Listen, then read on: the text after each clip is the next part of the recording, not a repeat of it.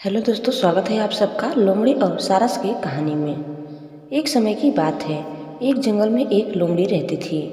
उसी जंगल में एक बड़ा सा तालाब भी था जिसमें सारस रहता था। लोमड़ी अक्सर तालाब में पानी पीते जाती थी और धीरे धीरे लोमड़ी और सारस में दोस्ती हो गई। लोमड़ी और सारस अधिकांश समय साथ बिताने लगे।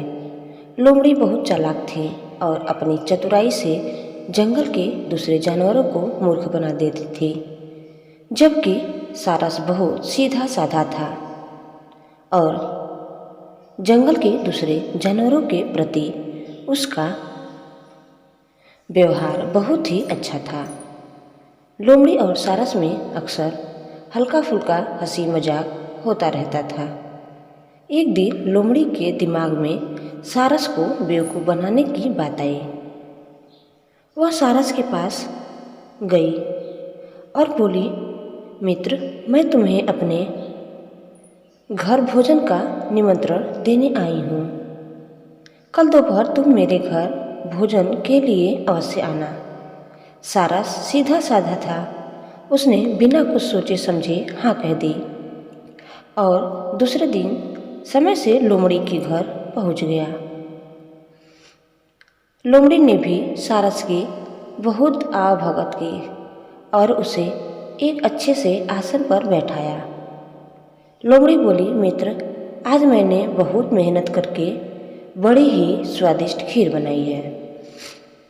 मुझे उम्मीद है खीर तुम्हें बहुत पसंद आएगी। इतना कहकर लोमड़ी खीर लेकर आ गई और चौड़े बर्तनों में खीर परोस दी। चौड़े बर्तनों में लोमड़ी तो खीर अच्छी तरह से खा पा रही थी, किंतु बर्तन चौड़ा होने के कारण सारस अपनी चोंच से खीर से नहीं खा पा रहा था। कुछ ही देर में लोमड़ी ने सारी खीर चट कर दी और सारस देखता ही रह गया। खीर खाने के बाद लोमड़ी सारस से बोली, मित्र, क्या बात है? इतनी स्वादिष्ट खीर होने के बाद भी तुमने खीर नहीं खाई। सारस लोमड़ी की सारी चाल समझ गया था। सारस बोला, नहीं नहीं, आज मुझे भूख नहीं है। इतना कहकर सारस वहाँ से चला गया। लोमड़ी के घर से जाने के बाद सारस अपने आप को बहुत अपमानित महसूस कर रहा था और किसी भी तरह से लोमड़ी से अपना बदला लेना चाहता था। सारस दिन भर यही सोचता रहा कि किस तरह लोमड़ी से अपना बदला लूं। तभी उसे एक उपाय सूझा। वह लोमड़ी के पास गया और बोला, बहन लोमड़ी, मैं तुम्हारे यहाँ दावत खा चुका हूँ, अब मेरी बारी है। मैं भी तुम्हें अपने यहाँ भोजन का निमंत्रण देने आया हूँ। तुम्हें कल दोपहर में मेरे घर भोजन के लिए आना होगा।